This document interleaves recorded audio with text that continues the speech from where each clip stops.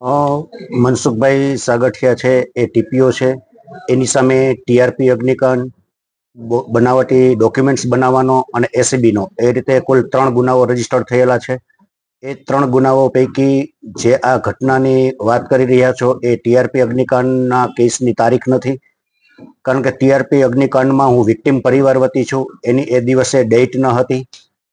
જે દિવસનો આજે સમાચારની વાત કરવામાં આવે છે એ દિવસે જોઈ તો મનસુખભાઈ સાગઠિયા એકલા જ છે, અને એકલા હોય તો એવી સંભાવના હોય કે એસીબીના કેસની તારીખ હોઈ શકે, અને આ એસીબીના કેસની અંદર તારીખે લાવ્યા હોય અને એની નામદાર અદાલત દ્વારા ડેટ આપી દેવામાં આવેલ હોય, ત્યાર પછીનો આ કોર્ટ પરિસરનો છે, કોર્ટની અંદરનો નથી પણ કોર્ટ કમ્પાઉન્ડની અંદરનો આ ફોટોગ્રાફ્સ ને વિડીયોગ્રાફ હોય એવું દેખાઈ રહ્યું છે. કાયદાની જોગવાઈ જોવામાં આવે તો આરોપીએ એના પરિવારના સભ્યોને મળવું હોય, એના વકીલને મળવું હોય, કેસ બાબત ડિસ્કશન કરવી હોય કે એડવોકેટ એંગેજ કરવા માટે ડિસ્કશન કરવાની હોય તો પહેલા નામદાર અદાલતની પરવાનગી લેવાની હોય.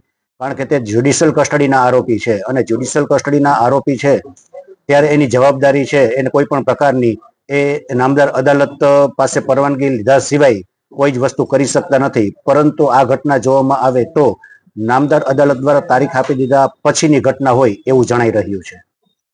નામદાર અદાલતની પરવાનગી વગર કોઈ આરોપી છે એ એના એડવોકેટને વાતચીત કરવી હોય કે એના પરિવાર સાથે વાતચીત કરવી હોય તો મળી શકતા નથી.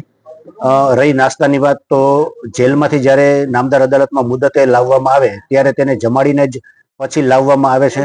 બહારનું ફૂડ કોઈ એલાઉ નથી, અને સિવાય કે કોઈ લોંગ જર્ની હોય તો લોંગ જર્નીમાં જમવાનો સમય થઈ ગયેલો હોય અને રસ્તામાં હોય તો એવા બહુ જૂજ કિસ્સાઓમાં પરવાનગી સિવાય ફૂડ બહારનું આપી શકાતું નથી.